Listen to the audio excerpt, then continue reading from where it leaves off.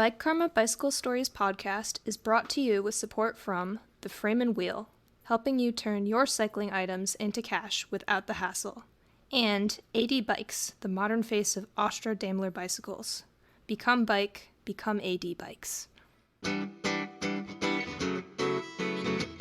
Episode 72.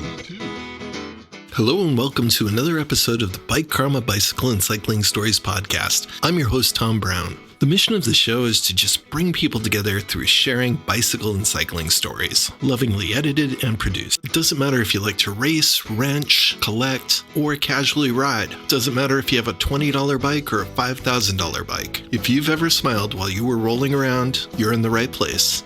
This time we go to Martha's Vineyard, where I stumble into a shop where the guy works on some pretty famous people's bikes. Then Tarran and I are going to take you to a bicycle swap meet. While you're going to hear about all kinds of bicycles today, one of the bikes that pops up at both locations are the infamous Schwinn Stingrays and Krates bikes. These hot-rodded little bikes were made in America back in the day and struck a huge chord with kids across the country. But we're going to talk about some other stuff too. You have a kabillion trillion podcasts that you'd be listening to right now. But I love that you've come with me for a ride on mine. Let's roll out.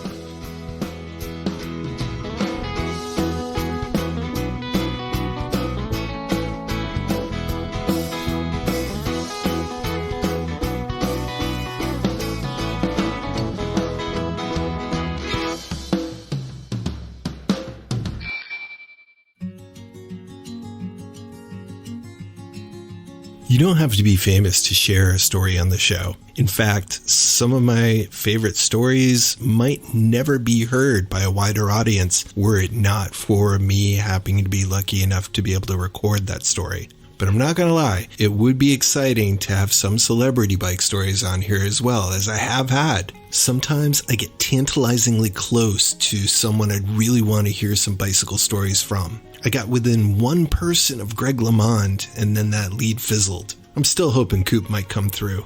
But every once in a while, out of nowhere, I get pretty close to somebody really famous. Last year, we went up for the weekend, off-season, just for the weekend, to Martha's Vineyard for our anniversary. Of course, while we're walking around the towns, I'm checking out the bike shops. Liz would much rather have me check out a bike shop for a few minutes than drag her along on a ghost walk again. I love those historical ghost walks. And I stumble into the bike shop where ex-President Barack Obama gets his bike maintained. Now, apart from that, if you want to keep that position and others, you have to have discretion. So I don't blame the guy for not sharing any stories about Barack Obama's bike. I understand the sanctity of that relationship, though I do secretly have my fingers crossed that maybe someday I'll get a call from Mr. Obama, or Michelle, or both, and he'll tell me some crazy times he had on his bike. But regardless, Phil had some really cool stories of his own from the Wheel Happy Bike Shop on Martha's Vineyard. This is a pretty interesting place, Martha's Vineyard. You see all kinds of houses, all kinds of people. What is your clientele like? Yeah, well, again, you're 100% right. I'm really lucky to have some infamous and maybe famous clientele. David Letterman, we repair his bikes. Mr. Obama, we take care of his bikes. And there's some up and down, maybe shouldn't talk about people that are here and there, but we used to do bikes for people probably wouldn't remember.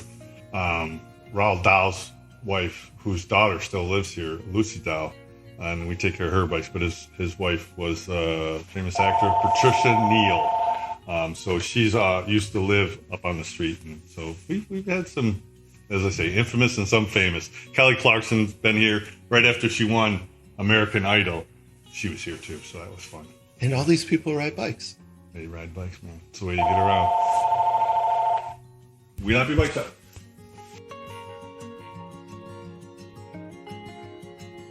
Yeah, hi, this is Phil Hughes. I own Wheel Happy Bike Shops in Edgartown, Massachusetts on the island of Martha's Vineyard. A lot of houses here that go back quite a long time, and you have people bringing bicycles out of the woodwork to you occasionally. You want to tell us about those? Yeah, sure. So the one that comes to mind is a good friend of mine, Emily Montero. Her family's selling their grandparents' house. And this was probably 3 or 4 years ago. She tells me, we got all these bikes. You could come and you can use them in their rental shop. Always scares me. You never know. she starts sending me pictures. And on one picture, I see a leather saddle. That's all I can see. And I tell her, I'll be right over.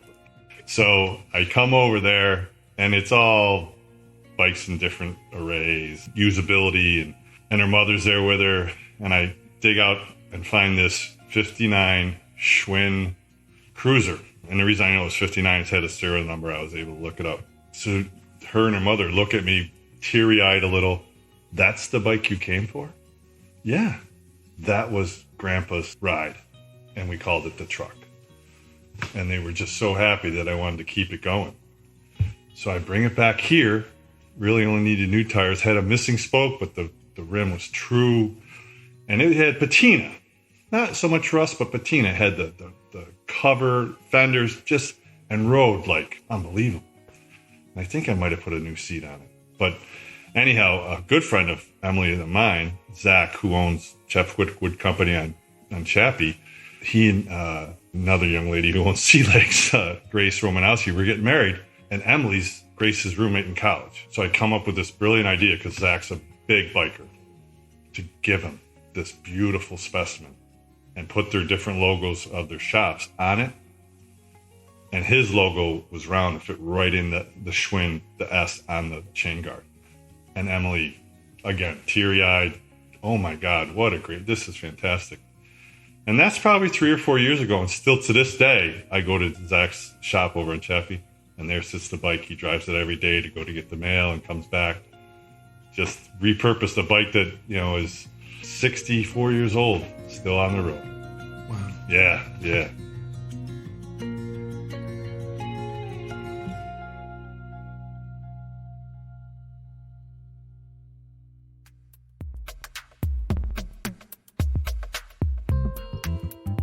So your shop, this is a historic building too, right? It is. How old is the shop? The shop's 30 years old. The building was redone 6 years ago. How old was the original construction? I think 1910. Wow. In fact, the woman who owned part of the hotel next to us, and then where the Atlantic is on the water, it used to be called the Navigator. Her and her husband owned it. So one day I saw her, Mrs. Young was her name. I saw her rummaging around, and she looks at me and she goes, "This is the house I grew up in," meaning the shop. And she walked in, she goes, "Yep, that was my bedroom right there." Yeah, so there's been some fun stuff like that. So lots of memories, lots of history in the place. How about the bike that you have hanging in the window? Oh, the Schwinn Stingray suicide shifter.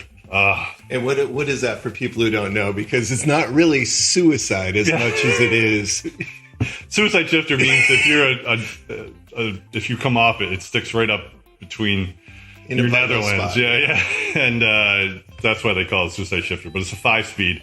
Again, has a serial number, so I know it was made in 68, October 68 in Chicago, actually. So a young lady, a client down the street, owns a house on North Water. We're on South Water now. She kept coming by and saying she had a bike for me. "Hey, I got a bike for you." And when people say that, you're thinking the worst. Yeah, you're thinking like it's a department store, or it's rusted out, or it's 1,000 different things. Anchor. Yeah, right. It should be going into the ocean. But she shows up with this pristine, just needs a little bit of love. I believe it's a pea picker, Stingray. And I told her I couldn't keep it because it's worth thousands of dollars on an open market. And she was like, no, my brother passed. It was his bike. It's just sitting in the garage collecting dust. We want you to have it. So when we redid the building, we found the spot for it right in the front window, hangs so people go by all the time and come in and ask about it. But this woman walks by the shop every morning and looks in, so happy. And I tell people they come in and off me, price for it. And I'm just a caretaker. It's her bike, her family's bike, and when she has a grandchild, that grandchild will be riding a pea picker suicide shifter Stingray around Eggertown, and I'll be happy about that. I know some of the people are going to start debating about the values and stuff like that, but to be honest, this is super clean. Like super clean. The saddle on it is one of the cleanest saddles I've seen. Yeah. And the grips, as you know, all original stuff. And I have the original tire. It has a tear in it, but I know I can get a slick now, but at the time I didn't. But I wanted to keep it there for posterity. But yeah, and again, you're in the bike world, the bike's worth as much as someone offers. Right. So if it's a memory to somebody, they're willing to pay up for it, especially when it's for them. Yeah. And even for resale, sometimes people know somebody who's looking for one, and they know they can make a margin on it or something. But no, I think it's good. I love that she walks by and still sees it, and it brings her a smile. Yeah.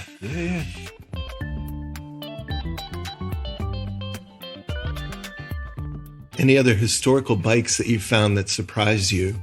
I got a Rutledge one day. Guy brought it in, and he wanted me to resell it for him, which I did, and I shouldn't have. I should have kept it. And he selling his mother's home here. His mother brought it over from Ireland. Had the metal handbrakes, the metal rod handbrakes. Had the Rutledge signal which was pre-Schwinn, I think, of the duck cut into the crank. So it's had here for a few years, and I think I sold it for $150, and I never should have done it. But as you know, there's limited amount of space that can only do so much. So yeah. Well, if people want to come check out your shop and see the bike hanging in the window and the other bikes that you have, where would they come and find you? So we're on 8 South Water Street, again in Edgartown, Massachusetts. Right now it's early April, so we're Monday through Saturday, 10 to 4. And then come May, it's go time, 7 days a week. And we'll be here 7 days a week through October. And then we start to slow down a little and kind of kick back. But yeah. WheelHappyBicycles.com is our website. Just redid it, still working on it. And then we do Instagram, which is WheelHappyBikes.com. All right. Hey, thanks a lot. Thanks, Tom.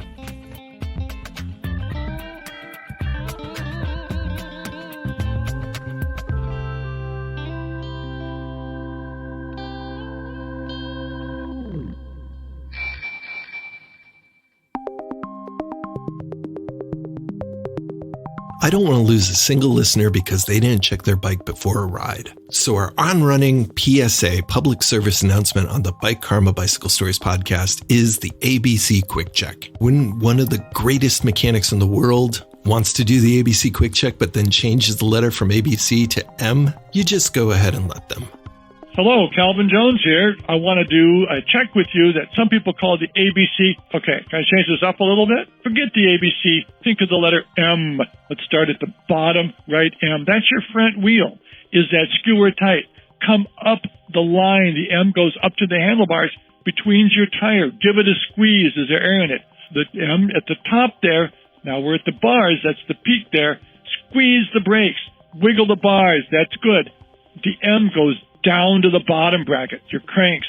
Is your chain oiled, right? Is your crank tight? Is that good? The chain's all lubed? Where does the M go? Up again. We're drawing the letter M to the saddle. Wiggle it. Is it tight?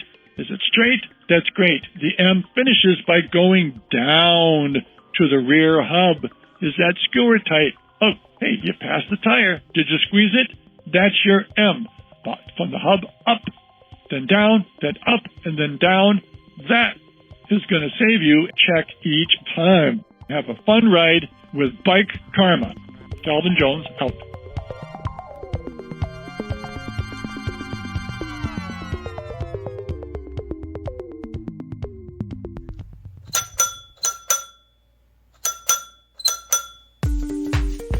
Now it's time for the mid-roll gratitudes, where we give thanks to the people listening to and supporting the show. One of the easiest free ways to support the show is to share or follow us online. Our main hosting site is Podbean. So while you can listen to us on hundreds of different places, and all of that does help too, I'd like to especially thank these people for following on Podbean. BBGBD Zuv, thank you. Christina Thompson, thanks a lot. PBGA 3022D6, thanks. Jam Toothy, thank you for following. McCorzak Zek, Walkover 91, Gears and Beers, thanks a lot for following on Podbean. Joe Whittle, thanks for clicking like on the episode that you were listening to. And King Louie 74, thank you so much for the very thoughtful review that you left on iTunes. Sharing, liking, telling a friend, All those are really simple ways to help the show and greatly appreciated. If you'd like to go one step beyond that, you can get a free sticker pack. Just to share around, it's yours for the asking for free. Please be responsible and tactful when you put the stickers out into the world, preferably in places where there already are stickers. Please don't put stickers on trees or sticker bomb nature trails. Don't put them on police cars or your neighbor's dog. We don't want to create animosity like the lady who left a bad review, not because of the show, but because she felt somebody had littered with them. We just want to tactfully and tastefully let people know about the show. So put them on your water bottles, share them with your friends. And if there's a place like we have, Eli Cannon's in Middletown, where the front door has tons of stickers all over it, I think it'd be okay to put them in some place like that. So if that sounds good, email me at bikekarmaguy@gmail.com, bikekarmaguy@gmail.com, and I will send you a free pack of stickers anywhere in the world. Thanks a lot to Teresita Crum from Instagram. She won the t-shirt contest by identifying the skit from the last comedy episode that was a repeat from her previous comedy episode. So your t-shirt is on the way. Hopefully it's already gotten there, but if it hasn't, it's on the way. If you'd like to go even further and help the show, an easy way to do that is by supporting the show on Patreon. For as little as $1 a month, you can help pay for the cost of the show. I treat it as like a gift from you to me to help buy stuff that we need to take care of the show. When I order stickers, when I pay for the subscriptions and the different types of software that I need, I'm hoping to someday break even. That's the goal, so I can use all my allowance to buy bike parts instead. This is a labor of love, not a business. So if you like the stories that I'm sending out there, consider supporting. You can stop Patreon at any time you like, and if you prefer to give just a one-time gift, you can DM me and I will let you know my PayPal. So thanks to all my Patreons and all the folks who have helped financially support the show. Thanks for anybody who's waiting for the story in the queue. I try to bake a little bit of love into every episode. And if you know somebody with a really good bicycle story, like something really weird or really funny, or just something that blew your mind, or you have a product or a business that you think might be a good fit for the show, or you just have some suggestions, you can email me at bikekarmaguy@gmail.com.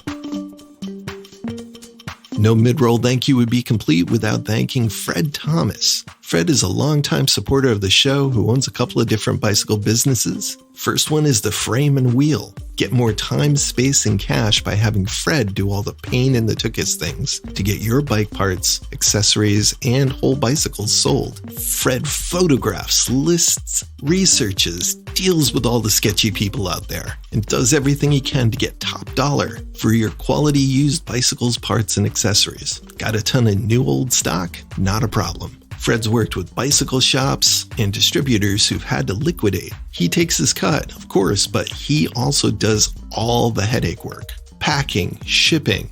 All you got to do is get it to him and then sit back and wait for your check to come. When you support Fred at the Frame and Wheel and 80 Bikes, you're helping a strong advocate in the bicycle community. Fred's had a long-running TV show that's now on YouTube, and he's also resurrected his favorite brand of bike. Fred used to race AD bikes back in the day, and when he found that AD Bikes was up for sale, he decided to resurrect and modernize the brand. Everybody says if you have to have one bicycle, you should probably have a gravel bike. You could slap road tires onto it, or you could put thicker tires onto it to do a variety of different types of terrain. Fred has some great options for this, but one of them is the Keys steel frame. This frame is made in the United States with oversized Columbus tubing.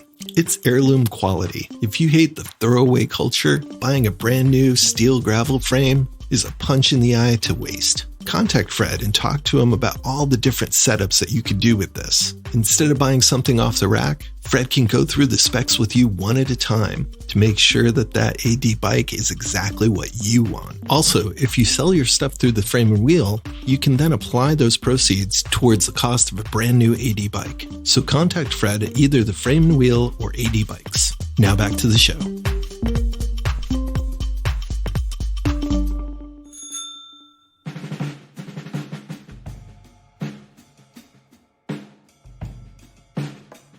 Oh, hey, you want to come with me to a swap meet? Let's go.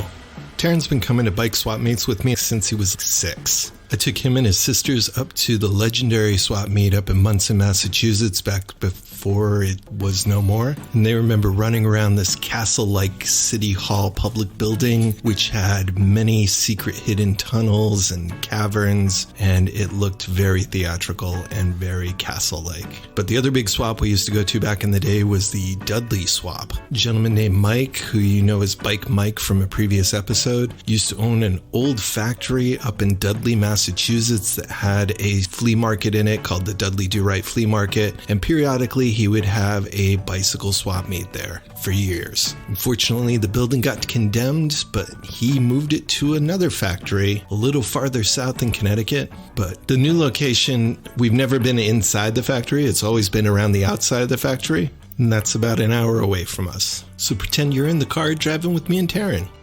All right, Tarran, we're about to go to a bike swap meet. We've been doing this since you were a little kid. What's your favorite thing about bike swap meets? Bikes? We were looking for spending time with your dad. We're looking for that. Number one answer on the board. Spending time with your dad. Sorry. Oh, yeah. This bicycle swap meet was in early April, and when we left, it was getting close to 50, and then we crossed a couple snow lines, and as we got out of the truck, we realized how friggin' cold it was. But luckily, you were smart enough to bring a jacket. Old factories are cool, but a little janky. I think what's going to be funny is if this bridge collapses.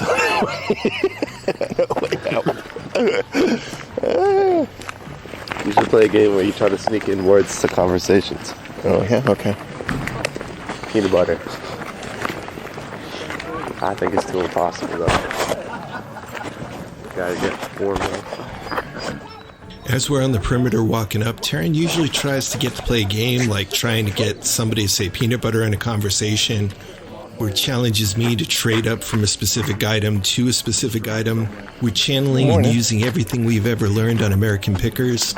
And I gotta admit that Tarran is an excellent wingman at these events. As you finally get up to the first table, you try and put your poker face on. I notice a very streamlined Aegis road bike. That's the brand Fred Thomas brought for a little while. I know the guy who bought that company. Oh, in Maine? Yeah. I'm trying to remember the name. Fred Thomas.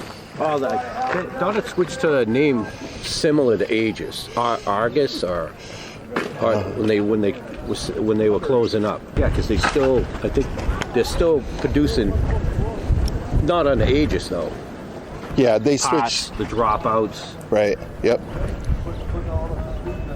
Not an expensive bike. Too big for me. It got some battle scars from just getting it in and out of the truck the last couple shows I went to. It's beautiful. Wheels are all tuned up. Everything's there. It's got decent salsa, tie head post. I mean, the profile stem could probably be upgraded again. Chris has a table overflowing with boxes, and the back of his pickup truck has some bikes in it. There's a few bikes lined up around the table, too. I remember Chris from some previous shows. He's a straight shooter, and he's got fair prices. He's also a nice guy. If you guys have a bicycle story you want to share, anything about a swap meet? Older bike swaps. Laz Anderson in Boston. Yeah. The old Munson show. Yep. Laz Anderson was the greatest show ever. I started going 30 years ago with my brother Lou when I was still... Do you mind if I record you? Oh, no. Talk about... No. Sure, my name's Chris. Just talking about bike stuff. Yeah. We all have. Yeah. Most of us. But the Laz Anderson shows were the best shows. I mean, I was into downhill mountain biking back then, and I wasn't much of a road guy anymore, but I couldn't believe the real people who appreciate the old road bikes. They keep them in pristine condition. Absolutely. Bring them to a show, unbox them, set them up. They used to have trophies and awards, or you get a coupon, you know what I mean? You get $10 off at the local shop. And the shows are great. I wish there was more of them. There's always a good turnout, but people don't tend to buy a lot. A lot of them are here for specific items, you know what I mean, specific bikes. What's your favorite little story that ever happened to you at a bike swap meet? At a swap meet? Probably I bought a set of head carbon wheels 2 years ago in Fitchburg because everybody's upgrading to disc brakes now. on the bikes, and they were only a couple hundred miles on them, like more like a training set. $200. I brought them home, cleaned them up, and they're on my Merlin at my own. So bike. like $1,000 wheels, right? Oh, probably $1,200-$1,300 new, and they're on my Merlin now at home. Nice. Carbon wheels.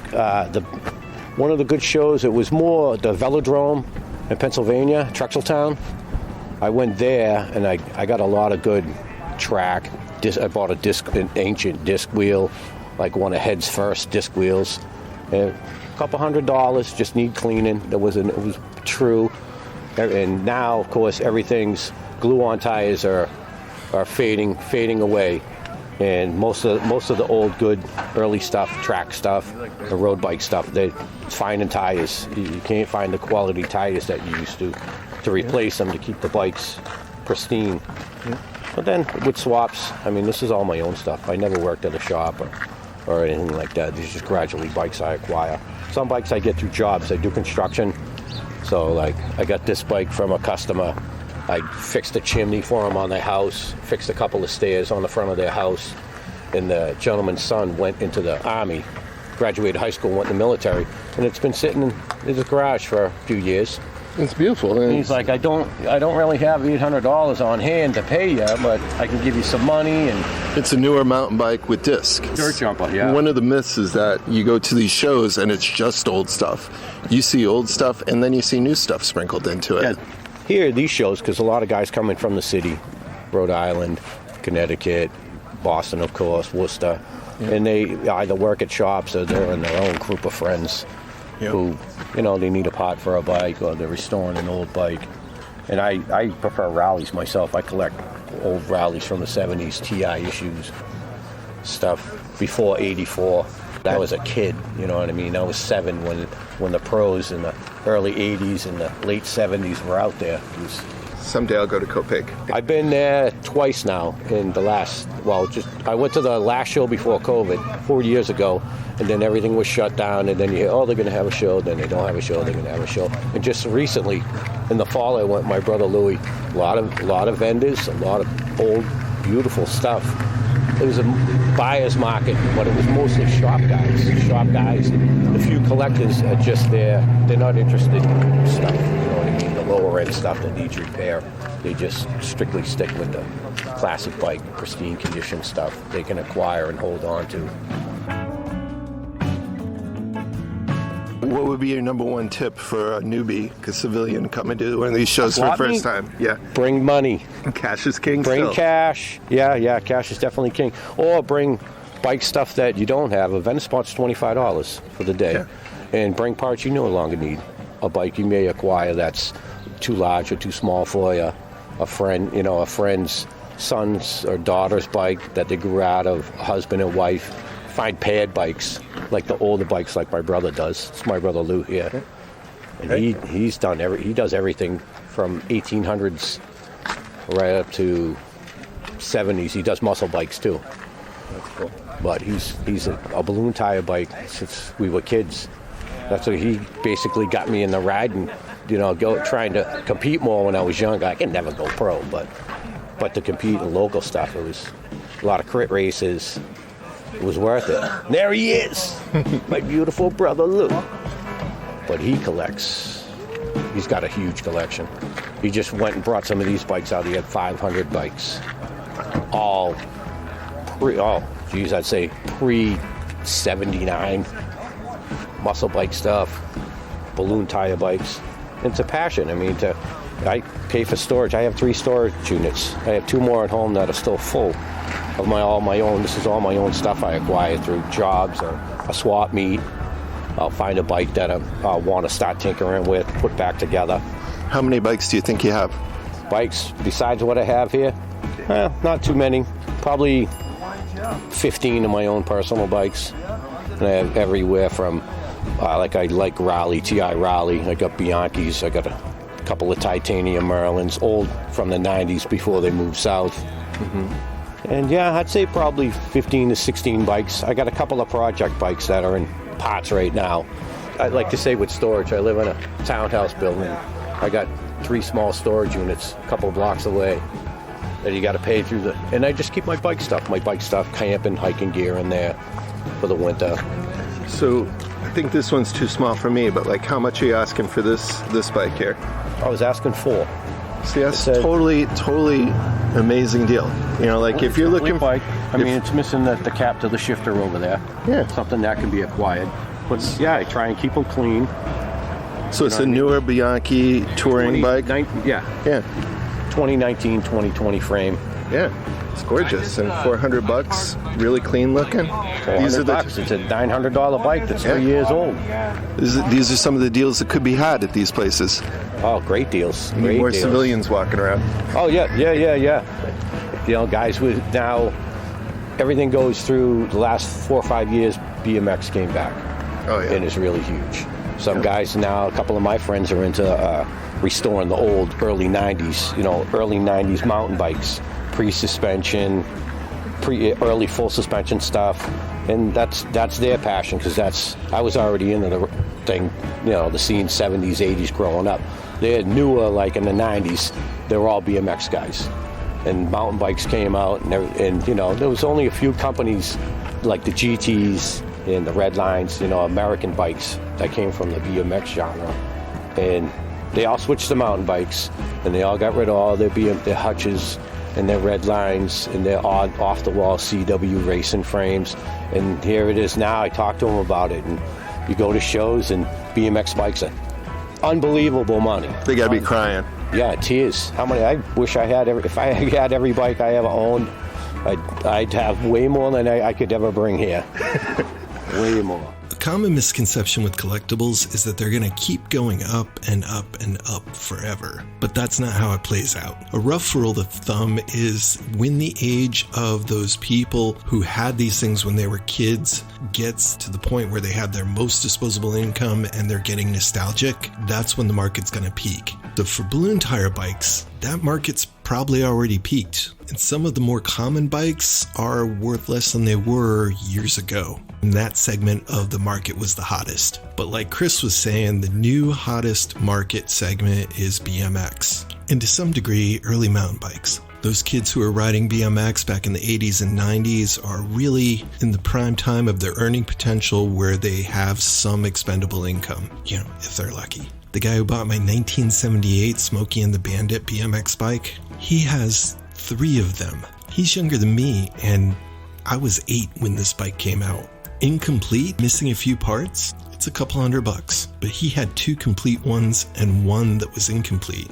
And with mine, he could use those parts to make mine a complete bike. Going from the way mine was to complete original brings it from a couple $100 to a couple $1,000 or more. He sent me a picture later after I sold it to him of his collection. The dude has a Dukes of Hazzard's car, all kinds of muscle cars, and he says he tries to grab every Dukes of Hazzard themed General Lee BMX bike that he can find. I have very eclectic bicycle taste.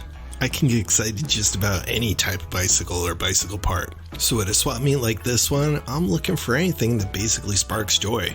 And if it's in my wheelhouse and not sparking joy, I'm getting really good at walking away from it. The newbies, my first suggestion is, if you appreciate the bikes, stick with one bike. If you're a Bianchi guy, I like Raleighs, but I dabble in other. There's the Colnago guys, the Pinarello guys. And everybody, if you stick with one bike, instead of switching parts, components, years that they made them, years that they didn't make them, it's better to stick with one company, basically, because you get better cooperation from the shops, but you get more knowledge from the old bikes, from the older people you chat with who bring stuff. You get their knowledge, and then you don't have to learn it from a magazine or you're Googling in it to get what's in new.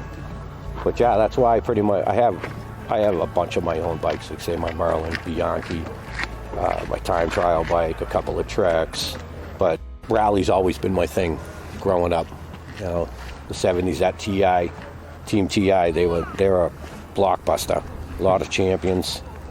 And then the 80s came along, and Arrow came out. I just posted the other night on my Facebook that then all the carbon, what makes a bike classic? And I mean, anything you can consider classic, a bike that's 10 years old. But classics, I'm like, no STI shifters when bikes were steel. You crash the bike, you bent the rear stayer, the rear dropout, they heat it, they tweak it back into shape, you touch it up with some paint, and you get back, you get back on it. But all the carbon stuff, I've had a Trek Madone that broke in half, the bottom bracket.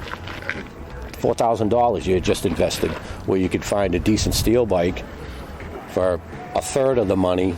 I mean, at a race level, maybe not so much, because everything's disc brakes, carbon, 12-speed rear cassettes. That's unheard of. It's unheard of. But as the stuff breaks, you know what I mean, and they have to replace it, they learn a good steel, old steel is real. They'll last forever if you take care of them. All right, man. Thanks a lot. Oh, no. Appreciate it. I'll see you down in Wethersfield. Yeah, I'll have the wife, and we're going to bring lunch and bring some stuff. And and the ice cream shop will be open after that. Oh, nice. Thanks a lot. All right, it's good talking. See you. Thank you. You too. So cold. It is cold. Since we're at the swap meet together, I'm going to give you some of my favorite tips. One is, some people are just showing off their collections, and you can tell pretty quickly who those are. Those people are interesting, and you'll hear some cool stories and see some cool stuff, but you aren't going to buy anything from them that day. Another one of my favorite games is to play one of these things is not like the other and kind of just scan for things that don't belong within the collection. If that thing that's an oddball in someone's setup is something that actually sparks joy for you, try not to show it too much, and you might get a deal on it. Like buying a BMX part off of an old Schwinn guy, or buying an old Raleigh service manual off of somebody who has mostly balloon tire bikes stuff. This day I ended up getting a really nice bench grinder. The cord was a little wonky, so I got it for $10. Some people like the wheeling and dealing, others don't. Just flow within your comfort level and don't be afraid to walk away from something. My name is J.D. Bilitowitz. I was asking you what your favorite bike story is, or what's your favorite thing that happens at a bike swap meet? As a vendor, it's probably the days where I actually don't buy anything and I only sell things. Now, has that ever happened? I don't think so. There we go. Now I know you're an honest guy. I don't think I'm in the negatives today, but I could be, We'll see. I think any of us could go down that slope quite easily. All right. Thanks a lot. Yeah, no problem. In general, I do best with people who like to see their stuff get moved on to somebody who really likes it. Because I'm the same way when I'm selling. If someone's truly got the sparkle in his or her eyes for an item, you don't mind being a little softer on the negotiation. Because gosh darn it, you just connected as human beings who like the same thing. Turned a corner this day and saw Rob from Bike New London, one of the community bike shops, just out there doing the right thing, trying to get as many people on bikes as who want to. He agreed to share a quick little story, and I learned something about his collection I never knew before. Sure. Hi, I'm Rob Bareiss. I run Bike New London. It's a community bike shop in New London, Connecticut. But I'm also a Stingray nut. I used to collect anything with a Schwinn tag on it. And over the years, my collection's gotten too big. I've kind of narrowed things down. So now I only collect 1966 Stingrays. And the last one that I picked up, as it turned out, was the exact same, built on the exact same day as my first one. They were both built in January of 66. And when I looked up the serial numbers, they came out to the same exact day. So I had to have that one. That's incredible. So some people collect bikes from certain years, and I think that that's understandable to anybody, but how do you tell what month these bikes were made? Well, the Schwinn serial number system would always give you the exact date, the month and year the frame was built. Some years you can actually track it down to the exact day, and some of them it's a range of days or just a month. So using that information, you can determine how old this Stingray actually is. Wow, that's cool. So let's give a shout out to Bike New London. You do amazing work down there. You want to tell people about that just for a minute? Sure, we're happy to. Yeah, so we're a non-profit, community-based bicycle shop. We do repairs. We do assembly of bikes for people in the community. We're all volunteer shop, total grassroots effort. Everybody who works at the shop is a volunteer, and we've been serving in our current location. We've been serving the community for 3 years, and Before that, we had a previous location in New London for 5 years, and we've been doing bicycle advocacy work since 2009, including getting bike lanes built in the city and working on other bike safety issues with the city police and public works. You're part of the network. BCCO in Hartford, Bike New Britain, and then Bike New London. Right. There's also you can't forget Bradley Street Bike Co-op in New Haven. Yep. And I'm sure I'm missing a few others, but we're proud to be part of that network of bicycle co-ops in Connecticut.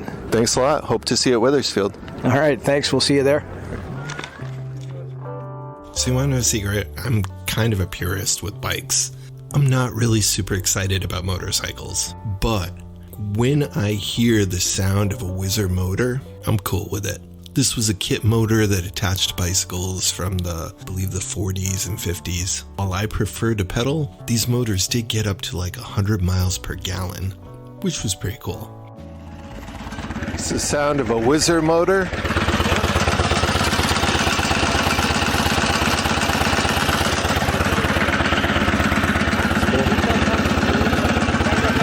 You want to talk about it on the podcast? It's a 1947 Whizzer. Made it for Schwinn, and it's all original motor. And it sounds good. Yeah, it does. 1947, huh? Wow. Thank you. So we walked around handing out stickers for the podcast and flyers for the Wethersfield swap meet. And I bought the bench grinder. I got a really cool sign. Not the new brand Soma, but the old brand Soma bicycles back from the 70s. I bought a Le Mans right before Trek stopped selling them and it got stolen. And I was a bit devastated, and I just got off of road cycling for a little while, and I went to a yard sale at a church and bought this old Soma Olympian 10-speed bike. Put some fresh Schwalbe tires onto it, and fell in love with riding on the road again. So that was the sign that would have hung in an old bicycle shop from the 70s. Got an autographed picture of Eddie Merckx. Yes, I believe the autograph because I know the guy explained the story. Wasn't that interesting, but it was from a trade show that he met Eddie Merckx at. Got a bunch of little parts, no big bikes. But my favorite thing was hanging out with Tarran. It's nice to have your kids come and hang out with you with things that you're interested in. I'm shocked and surprised and overjoyed every time he actually wakes up to go with me.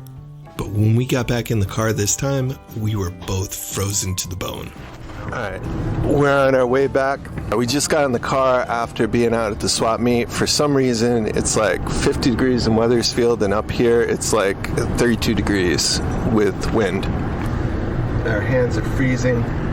Tarran, any thoughts? Yeah, it's cold here. Warm in Wethersfield. My hands are cold. What was the chief purchase today that you thought was the best deal? The best deal? I got... You're the one who pointed out the signs. You told me about it. Yeah, I'll say the Soba. Oh my God, I'm sick. The Soba slide. What was the coolest thing we saw? It's like a motorcycle. The Whizzer? What else is cool? To be fair, we were both shivering, and Tarran had a cold. That Bianchi, the cool gray one, that was nice. That was a nice bike. If I didn't have a bike, yeah, and I was that height, that would have been a century. What else? There was this really nice. You missed it because you were talking to someone, but what'd I miss? All right, there was a rose pink Lotus frame. It was just really pretty, really well made. It's the first bike for a while I've seen, and I was feeling the lines and the welds, and it was the crown thing on the top too. It was cool. Some guy bought it right as we were passing by. I'll find to show you because you were doing all sorts of stuff. But yeah. Was there any city bike there that you were oh, I would like to take that with me to college? Not today. But I was looking. Holding out for the SE bike official? Possibly. Alright. We've been going to these swap meets for over 10 years now. Any thoughts looking back on it all? Getting you up crack in the morning and then dragging you off. Brought your pillow as usual. It was good. And then we're up, and then we're back, and then we're back by 12 usually. Yeah, the pillow is necessary for everything, and it's been fun. Hopefully it's not it. Do you think we're going to continue to do this, maybe not as often, but do you think we're going to continue to do this even as you're an adult? I'm actually going to leave you. I was planning on never talking to you again. God damn it. Yeah. Where does that boy get his sense of humor from? Well, I hope you liked coming to a bicycle swap meet with us. While some things can get quite pricey, I can tell you that most people are really just happy to keep things out of the waste stream. Every saved part is a hope that that'll get rolling again.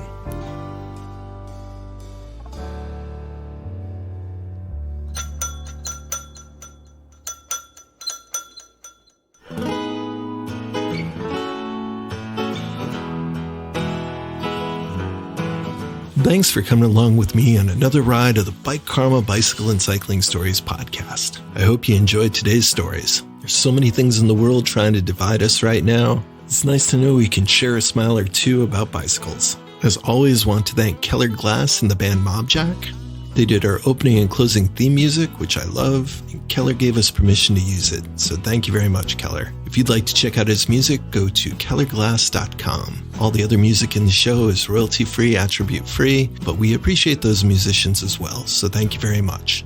This episode took longer than I wanted it to. As you know, my day job is as a science teacher, and I love my job, but it was keeping me quite busy this first few weeks. And we're almost into October. October is my birthday month, and I'm going to give myself a present, so the next episode will come out in November. I'm hoping it'll be November 1st, but giving myself the month off will give me a chance to recoup, enjoy the waning daylight in the Northern Hemisphere, and maybe get ahead.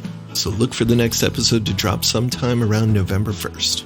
Apart from the music, the Bike Karma podcast is the intellectual property of Thomas Brown.